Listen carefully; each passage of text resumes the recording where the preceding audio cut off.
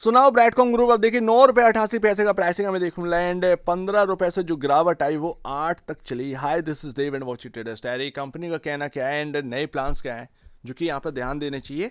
अच्छा, इस गिरावट में ना किस किसने जो पार्टिसिपेशन जो है रहा है, जैसे कि बी जो आपके लग गया था स्टॉक के अंदर, EQ से आप बी कैटेगरी में चले गए थे, वो सबसे बड़ा यहाँ पर साइन था आपकी गिरावट का।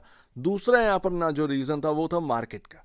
मार्केट जिस तरीके से गिर रहा था, मिड कैप हुआ आपका, स्मॉल कैप हुआ, आप स्मॉल कैप में ही आते हैं, बुरी तरीके से टूट रहे थे। कोई रीजन नहीं था कि आपका स्टॉक जो है वो टिक जाए।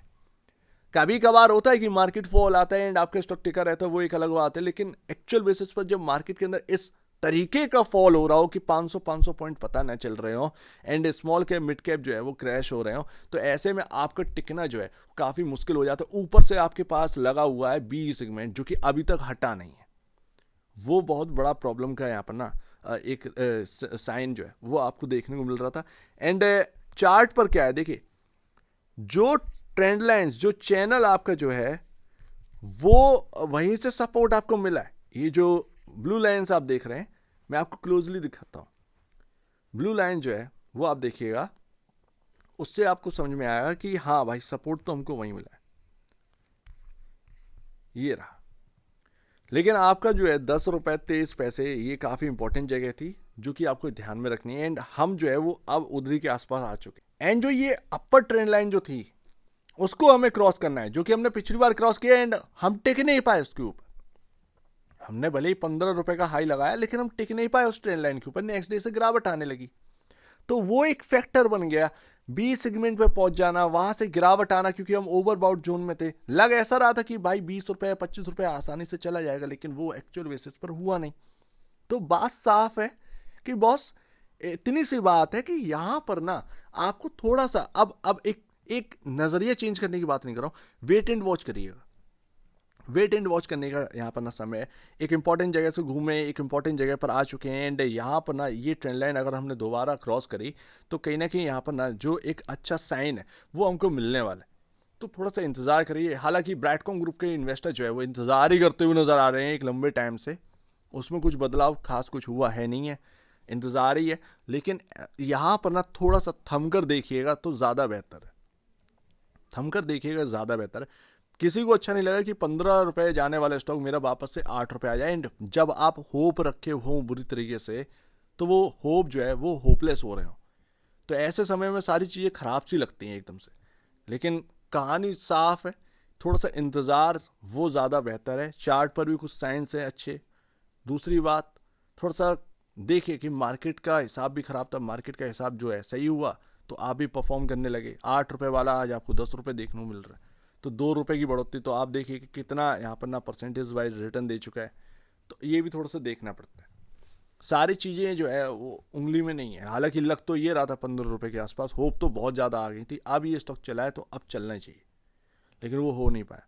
खैर, 6 अप्रैल को ना एक सबमिट किया था मंथली जो एक रिपोर्ट है कंपनी तरफ से, उसमें रेगुलेटरी एंड सेवी रिलेटेड यहाँ पर वर्क स्ट्रीम्स यहाँ पर ना आपके सामने हमारे सामने जो रखी गई थी एंड जो भी यहाँ पर ना सबमिशन करना था सेबी में वो यहाँ पर ना किए गए हैं। And external auditor, external advisers और ऑडिटर, जो इंटरनल ऑडिट टीम्स हैं, ऑडिटर्स हैं, एक्सटर्नल एडवाइजर्स हैं, उनकी हेल्प से यहाँ पर सबमिशन करे गए हैं। वो जो डॉक्यूमेंट जो प्रिपेयर करे गए थे वो उनकी हेल्प से करे गए थे, सबमिट हो चुके हैं। लेट्स सी देखते हैं कि क्या रहता है। बट अभी अगर आप देखेंगे तो देखिए इन चीज़ों का कोई मतलब नहीं कि ब्रैडकॉम ग्रुप किस मार्केट कैप पर चल रहा है या फिर पी रेशो कहाँ पर है, क्योंकि हम ऑलरेडी जानते हैं ये सबसे चीपर स्टॉक है मार्केट के अंदर। उसके बावजूद भी अगर हमें जो है एक अच्छा प्राइस ना मिले, जिस कंपनी का जो स्टॉक है उसका बुक वैल्यू है 48 रुपये 29 पैसे हो एंड वो परफॉर्म कर रहा हो 10 रुपये के आसपास, तो कोई मतलब नहीं बनता। खैर, इन चीज़ों को छोड़कर, क्योंकि फाइनेंशियल इंडिकेटर एंड फंडामेंटल देखना कोई मतलब है नहीं है, न्यूज़ फ्लो एंड जो टेक्निकल्स है वही वर्क कर रहे हैं और वही वर्क करेंगे अभी कुछ टाइम तक। क्योंकि जब तक एक तरीके से यहाँ पर काम नहीं हो जाएगा, मैंने ऑलरेडी आपसे बताया ना कि निफ्टी 100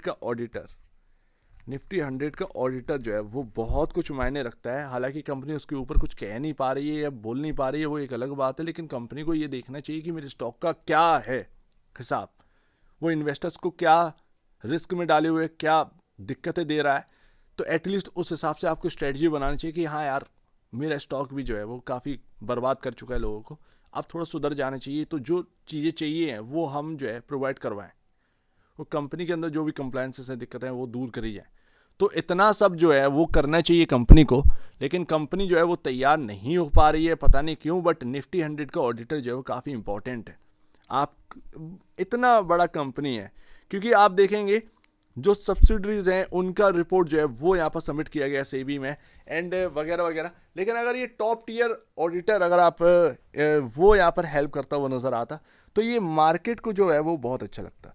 खैर मार्केट अभी भी खुश हो जाएगा अगर सेबी यहाँ पर ना, लेकिन अगर सेबी ने वापस से ये बात निकाल दी कि निफ्टी 100 का ऑडिटर कहाँ है, हमने तो कहा था, तब क्या करोगे?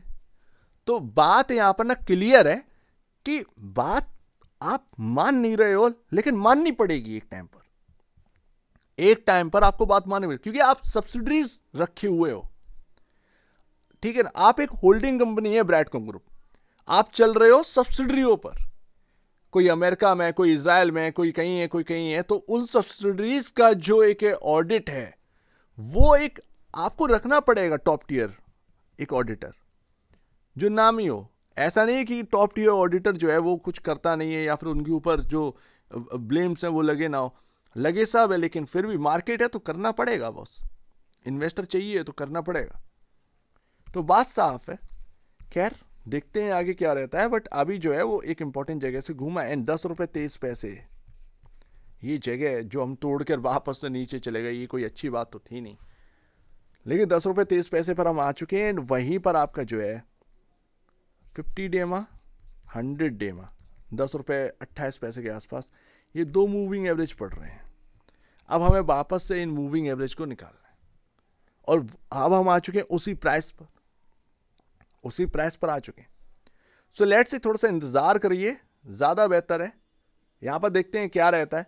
बट अगर आप देखेंगे तो थोड़ा सा इधर घुमाओ, थोड़ा सा आपको देखने को मिले, थोड़ी सी वॉलेटिलिटी आपको देखने को मिलेगी, लेकिन कहीं ना कहीं सिनेरियो जो है वो अच्छा बनना चाहिए ब्रैडकॉम ग्रुप में, कुछ matter of time, but scenario जो है वो अच्छा बनना चाहिए। एंड 15 रुपये अगर गया था तो 15 रुपये कोई बड़ी बात नहीं है वापस से जाना, उसको घबराइए मत। लेकिन अभी जो है इसे 9 रुपये और 10 रुपये के बीच में ये कंसोलिडेट करेगा अभी, एंड ऊपर मूविंग एवरेज भी है, तो हो सकता है वो धक्का मारकर आपको नीचे ले जाए। लेकिन जो 9 रुपये से 10 रुपये, इस 1 रुपये की रेंज में घूमते घूमते उन मूविंग एवरेज को तोड़ने की भी तैयारी होगी, ये ध्यान रखिएगा। लेकिन अगर वो 8 रुपये वाला लो अगर टूटता है वापस से, तो तब आप कहिएगा कि ये स्टॉक कचरा हो चुका है। लेकिन जब तक ये 8 रुपये के ऊपर टिका हुआ है, तब तक मत कहिएगा खुद से भी कि ये स्टॉक कचरा हो सकता है, होने को कुछ भी हो सकता है, लेकिन ये अभी कचरा नहीं है। 8 रुपये जब तक ना तोड़े तब तक ये कचरा नहीं है। तब तक आप ये कहिएगा कि हाँ होप बनी हुई है, बार बार मत देखिए, लेकिन होप बनी हुई है, एंड वो होप होपलेस में नहीं ले जाएगी। लेकिन 8 रुपये अगर टूटेगा तो वो होपलेस आपको होना पड़ेगा, ये ध्यान रखिएगा। सो उम्मीद है कुछ आपको समझ में आया होगा। एक बार निवेश से पहले या बेचने से पहले अपने ब्रोकर एडवाइस से जरूर सलाह लीजिएगा। खुद की स्टडी करेगा, उससे बेहतर कुछ भी नहीं है। खुद की स्टडी मस्ट है, तो अब दी चुन वीडियो देखिए, बहुत धन्यवाद दोस्तों।